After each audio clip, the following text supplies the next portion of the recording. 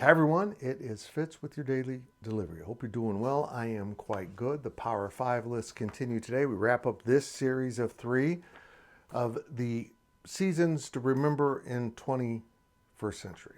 The 21st century starting from 2000 and on. And today we're going to deal with the bad ones. We've already done the good ones and the disappointing ones. These are the ones that just went south and really stung. And let's get after it right now with the first one of those, after I remind you to subscribe to this YouTube channel. Thought I was going to forget? I never forget. I sometimes opt not to. Please subscribe. You're hurting my feelings by not. Thumbs up and comments. The comments are so awesome. Tell me where I'm wrong on this. Always, please tell me where I'm wrong. Got another record wrong in the first one. Oh, getting old sucks. The first of the worst, the 5th ranked bad season of the 21st century, would be 2007. What happened in 2007? This was Ron Prince's second season at Kansas State. They'd gone to a bowl game. They weren't very good in his first year, but they did go to the Texas Bowl where they got embarrassed by Rutgers. They turned around and go 5-7 and 3-5 in the conference, and we started to realize this guy is a whole lot of snake oil and not a lot of substantive stuff, and he's on here again. Next up is the 2018 team that went 5-7. That was Bill Snyder's final season of 2.0. They went 5-7, 3-6, losing in the last game of the season not to go to the bowl game, and retirement awaited. And Chris Kleiman took over in 2019 after an amazing 10-year comeback run for Bill Snyder. Number 3 on the list is Ron Prince, still haunting us. 2008, his last season at K-State, 5-7 again, 2-6 to the conference.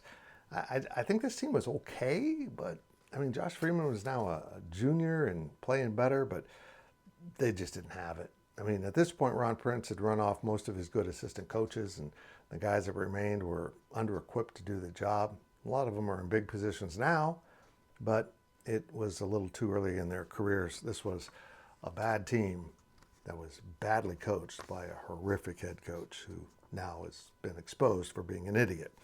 2005 is number 2 on this list, and this was, of course, leading into the first retirement of Bill Snyder. The Cats went 5-6 and 2-6. It was a very disappointing year. The reason why it's not number 1 is they left that season with a win.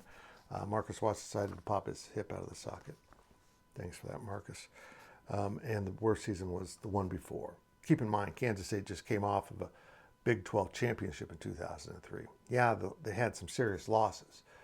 But everything that happened at the Fiesta Bowl, the controversy of the accusation being made that was finally proven to be untrue, but it was a huge distraction. ABC, ESPN just trashing Al Roberson.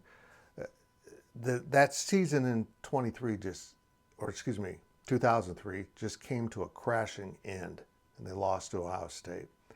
And in some ways, the way that season ended fed into the next year. It seemed to knock Bill Snyder off his game, because the Wildcats came back, went 4-7 and 2-7 in 2004. The program had lost its momentum, and I still blame what happened in the Fiesta Bowl in Scottsdale for what happened in 2004.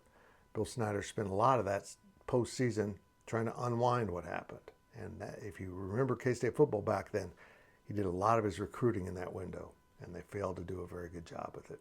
Those are the 5 bad, stinky, smelly seasons, and that ends our Power 5 series of lists for this week. Tomorrow I introduce my guest on the Life of Fitz, and then we move into a new week. Big 12 Media Days is Tuesday and Wednesday in Frisco. Ryan Gilbert and I will be there along with Big B, Brian Hanley. Stay tuned. We're going to have some fun in Texas.